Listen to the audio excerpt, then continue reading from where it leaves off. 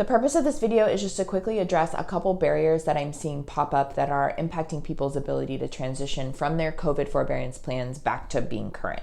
If you are a subscriber to the page, welcome back. If not, make sure you subscribe, like the video below, leave me a comment.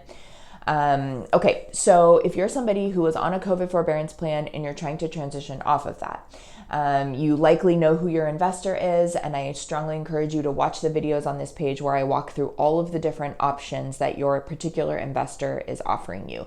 There's a video for each investor: Fannie Mae, FHA, Freddie Mac, the VA, and USDA. Those are all the investors that are government backed and that have protections in place right now for COVID homeowners.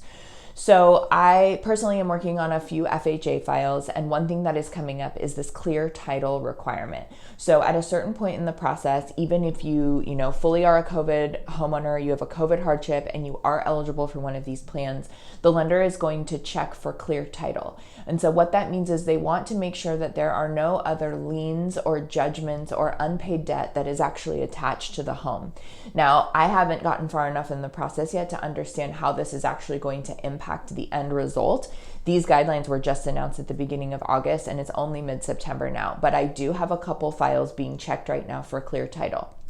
It is possible, especially for FHA, that if your title comes back not clear, they might in some way not be able to offer you some of the options. And so as a homeowner out there, you can be proactive to make sure that your title is clear. If you were at any point sued for a credit card judgment, or have some sort of tax lien or a tax warrant or an L&I lien or unpaid child support attached to the home, that is considered a title that is not clear, meaning banks want to know that they're the only kind of encumbrance, or they're the only debt attached to the property. So if you know you have other debt and you want to try for one of these options, it might be worth it to reach out to an attorney and have them pull a title report of your home just to see if anything needs to be resolved before you try to transition off of your COVID forbearance plan.